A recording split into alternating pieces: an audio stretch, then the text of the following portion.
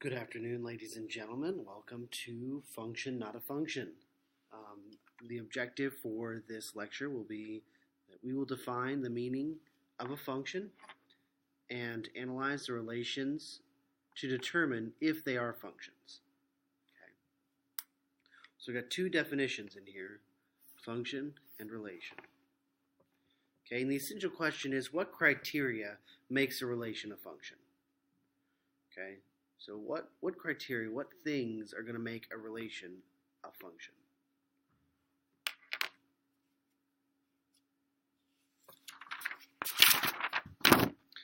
Okay, so of course in order to talk about these things, we're going to have to define something first. So let's go ahead and define what a relation is and take a look at an example of a relation. Okay, so a relation is defined as a set of ordered pairs x comma y where the set of x's maps to the set of y's. Okay. And so this is maybe the first time you've seen this kind of specific mapping or maps to in a mathematical definition. That's okay. What I'm talking about when I say mapping is we're talking about this. Let's use this set of ordered pairs. Okay, -3, 0. So there's your x and your y. 1.8, 2.4, 3, 0, 2, -2.236, and 0, -3. So we're going to use this set of ordered pairs to represent our mapping. Okay. And it is a relation.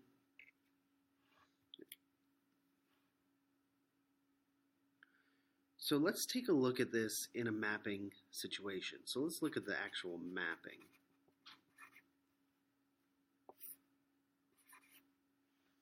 Okay, we're going to look at the mapping here. X, Y, and over here in the X column, I'm going to pull all of my X values. Okay, I've got -3, we've got 0, we've got 2, we've got 3, we've got 1.8, right? And over here, I'm going to have my y values.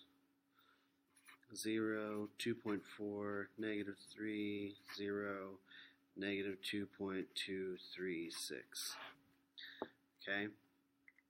And so what we talk about when we're talking about mapping is this, is that you've got a set of x values, a set of y values, and the mapping, or the connection, which x goes to which y, this piece. 1.8 goes to 2.4. There's a mapping. Okay. -3 is going to map to 0. -3 is going to map to 0. Okay, -3 and 0. There's a mapping. 0 is going to map to -3. Okay. 2 is going to map to -2.236. And 3 down here is going to map to 0. So there's a mapping of these points. And if we wanted to, we could certainly put this mapping in a table.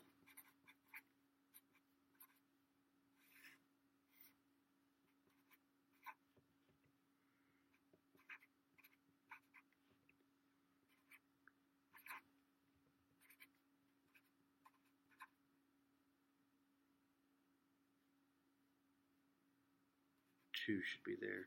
2.236. Just imagine that's that complicated point right there. Okay, and then you've got 0, -3. So here is our table. Okay. And then we could also look at it in a graph. Okay, where the x and y coordinate pairs are represented graphically. And what that's going to look like for this set, for this relation, is actually a circle with a radius of 3. Okay. This will be negative 3, and this will be negative 3. So these are all relations. This is all actually the same relation. Okay. All of these points came from the graph of this circle. Okay, all this mapping is actually in that circle. If we look at the x, negative 3 on the x-axis maps to what? 0? 0 on the y-axis is that point right there. Okay, if we look at 3 on the x, so positive 3 on x, maps to 0 on the y is that point right there. Okay, so this is a relation. It's a very detailed discussion on relations. Now we're going to get to looking at actual functions, okay? Because they're different in some ways. So when I talk about functions, and really when I talk about relations too, functions are, it's just a rule, really. So a function is just a rule. Okay, that's it. It's just a rule. And so let's look at this diagram where this thing is going to represent the function or rule. Okay, and we want to represent, so the following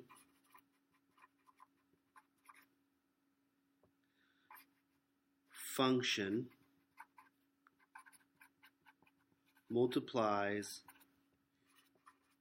everything you give it by 2.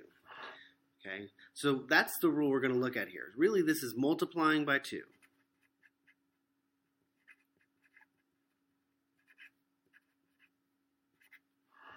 Okay, that's the rule we're looking at, or the function that we're looking at with this diagram. And with these functions, you're going to have things called inputs and outputs. Okay, what you put in the function. Okay, and then output is going to be what you get out of the function, what comes out of it. Okay, so what do you hopefully you've seen this terminology before, but input is going to be your x. Okay, that's what we input into this function.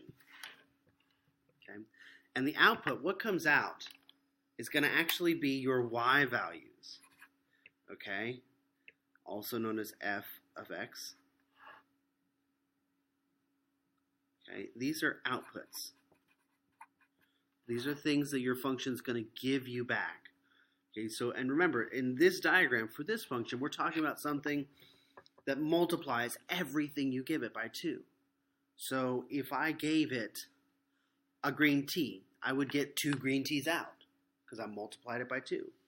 If I gave it 6 fingers, I'm going to get 12 fingers out because it multiplied by 2. So let's look at what happens when we feed this function, when we give it different x values. We feed it the x values 2, 5, so these are x's, 2, 5, negative 8, 6, and 4. So we're going to give it these x values. What y is going to come out of there? What y do you think will come out? If we feed this function 2, okay, the y that comes out is going to be what? 4. It's going to multiply anything by 2. And then for 5, you're going to get 10. For 8, you'll get, or negative 8, you'll get negative 16. Okay, for 6, you'll get 12. And for 4, you'll get 8. But this isn't a really accurate way because this is just a listing of x's that go in and a listing of y's that come out. I want to know the actual mapping order, which one goes to which. So there's a few ways we can represent that. We can represent it in ordered pairs. Okay, so if I give it the x value 2, I'm going to get the y value 4. Okay, x, the input here, is 2. It goes into the function, which multiplies 2 by 2, multiplies the x by 2. And then what comes out, the result is, or the output is 4. Okay, so there's my ordered pair. if I feed this function the x value 5, it's going to give me 10. Okay, if the input is 5, the output is 10. If I feed it -8, if I give this function the input -8, I'm going to get an output of -16. Okay, 6 would be 12, and 4 would be 8. Okay, so there's a way to represent a function with ordered pairs. But we could also represent it, just like you saw earlier, as a table. So let's represent it as a table.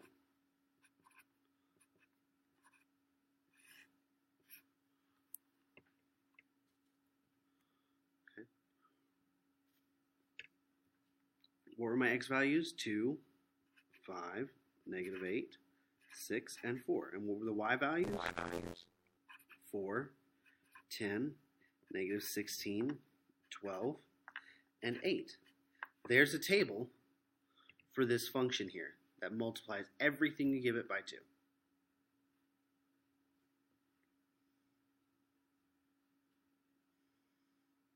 Okay. Now that we've looked at kind of a pictorial representation of a function, we're going to go ahead and define what function means. And then I'm going to give you an example and a non-example. Well, actually, let's go back and let's talk about the mapping here, because you're going to need that in just a minute. So let's look at a mapping of this function before we move on. Okay, remember, a mapping is just a listing of x's and y's, and then the arrows that show you which maps to which.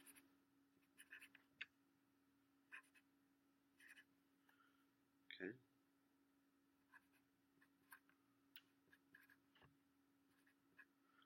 So I'm just going to write down the x values and y values, and then I'm going to give you a mapping. Okay, from the table or the ordered pairs, okay, or even just the function rule, we know that if we give it an input of 2, the output here is going to be 4. Okay, so that's going to map there. If we give it -8, the output will be -16, so that's going to map there. If we give it 4, the output's going to be 8, so that's going to map there. And if we give it 6, the output's going to be 12, so that one's going to map there. All right? So there's an example of a mapping for a function. All right. Now, let's actually define what a function is. Okay, let's give it an actual definition.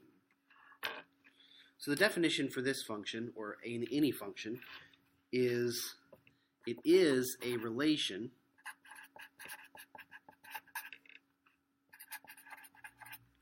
where each input x has exactly one, and that's very important, exactly one unique output, or y value. Okay? A function is a relation where each input has exactly one unique output. Okay? Each x has exactly one y. And so let's take a look at these mappings here, and we're going to determine which one is a function, and then we're going to give you a non-example, or pick one that's not a function. If you look at this, let's take a look at the x value 3. It only maps to 19. Doesn't map to anything else, so that's exactly one unique output for the input x3. Okay, 15 maps to 4. It's only one output for that input 15. Okay. 6 maps to 7, 8 maps to 12, 1 maps to 3. That's only one unique output for each input I give it. So we're going to call that one a function. That one is a function, because it has exactly one unique output for every input. Now let's take a look at this one.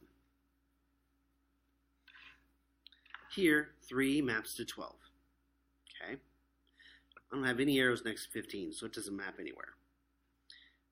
6 maps to 4, but 6 also maps to 3. So here we've got 6, the x value of 6, the input here, maps to 2 different outputs. Okay, is that exactly one unique output? No, it's got 2 outputs. Okay, so if you look at this right here, these outputs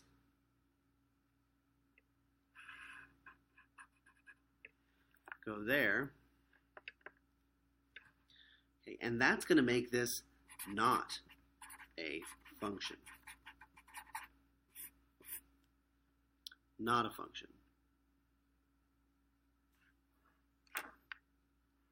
All right. So let's take a look at a different example. Because you need to know how to identify functions or non-functions, tell me which one they are, from mappings, from tables, from ordered pairs, from graphs, okay, from multiple representations, from situations. So let's take a look at this first one. Okay, we're going to put this mapping in an ordered pair. Okay, so set of ordered pairs here would be 3, -10.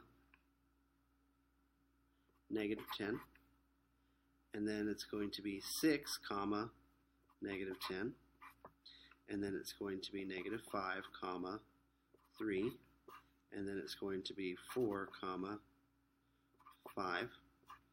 And then we have 12, 2. And 2, 9. So there's all the ordered pairs that this mapping gives us. And it's a lot. It's a lot of ordered pairs in that mapping. Keep in mind, we're thinking about, is this a function or is it not? Okay. And I missed one. We also have -5, 7.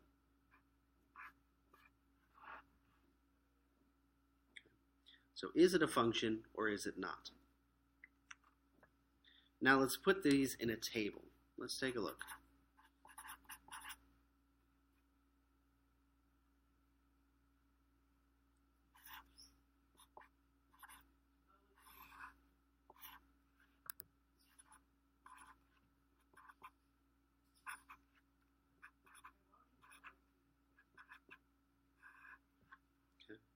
So here's our table. We're going to get -10, -10, 3, 5, 2, 9, 7.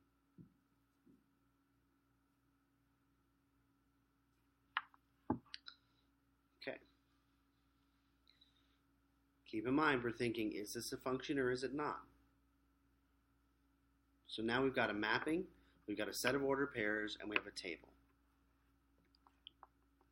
Now, remember, we have to go back to the definition. Okay? And the definition of a function, it's a relation where each input has exactly one unique output. So, does 3 have exactly one unique output? Yes, it only maps to -10. Does 6 have exactly one unique output? Yes, it only maps to -10. Here, I've got 2 different inputs mapping to the same output, but that's okay.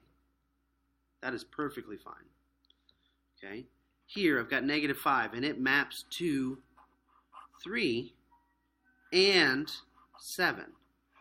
Okay? That's not going to be one unique output. It's got 2 outputs.